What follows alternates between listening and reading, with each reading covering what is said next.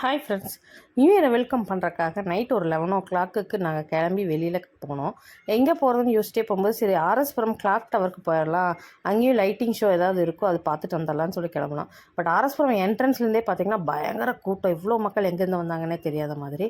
ஒரு குறிப்பிட்ட இடத்துல வந்த உடனேவே போலீஸ் டேக் டைவர்ஷன் போட்டு கிளாக் டவருக்கு ஒரு 500 மீட்டருக்கு முன்னாடியே எங்களை திருப்பி விட்டுட்டாங்க. சரின்னு சொல்லி வண்டியை கொண்டு போய் பார்க் பண்ணணும்னு பார்த்தா பார்க்கிங்கே இடமில்ல. எப்படியோ கஷ்டப்பட்டு பார்க் பண்ணிவிட்டு 11:30 11:40 ஆயிடுச்சு. பார்க் பண்ணிவிட்டு அப்புறம் நடந்து தான் கிளாக் டவர் கிட்ட வந்தோம். மூச்சு முட்டுற அளவுக்கு கூட்டம், எல்லாரும் கையில் பலூன் வச்சுட்டு வெயிட் பண்ணிட்டு இருந்தாங்க. 12 o'clock வந்த உடனே செலிப்ரேட் பண்ணுறதுக்காக நாங்கள் பலூன் வாங்க ட்ரை பண்ணோம். பட் பலூன் எங்களுக்கு கிடைக்கல. சின்ன பாப்பா வேறு அதில் டிசப்பாயிண்ட் ஆகிட்டா.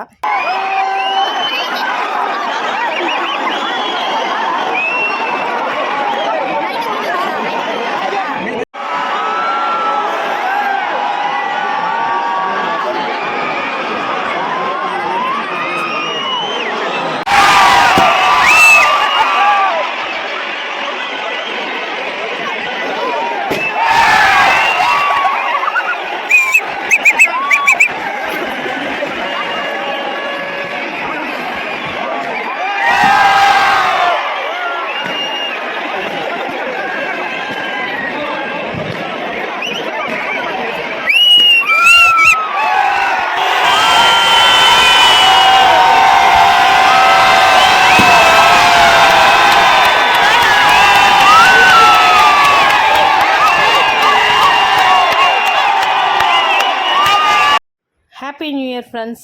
2025 வந்தாச்சு. இந்த 2025 உங்களுக்கு எல்லாருக்கும் நல்லதே நடக்கணும்னு நான் கடவுள்கிட்ட ப்ரே பண்ணிக்கிறேன். நீங்களும் எல்லாருக்காகவும் ப்ரே பண்ணிக்கோங்க.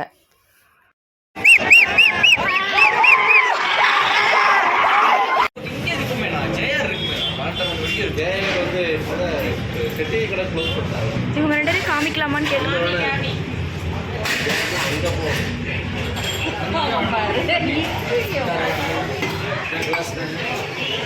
மக்களே, ஹாப்பி நியூ இயர் மக்களே. இது பிரியாவோட மாமா கிடையாது.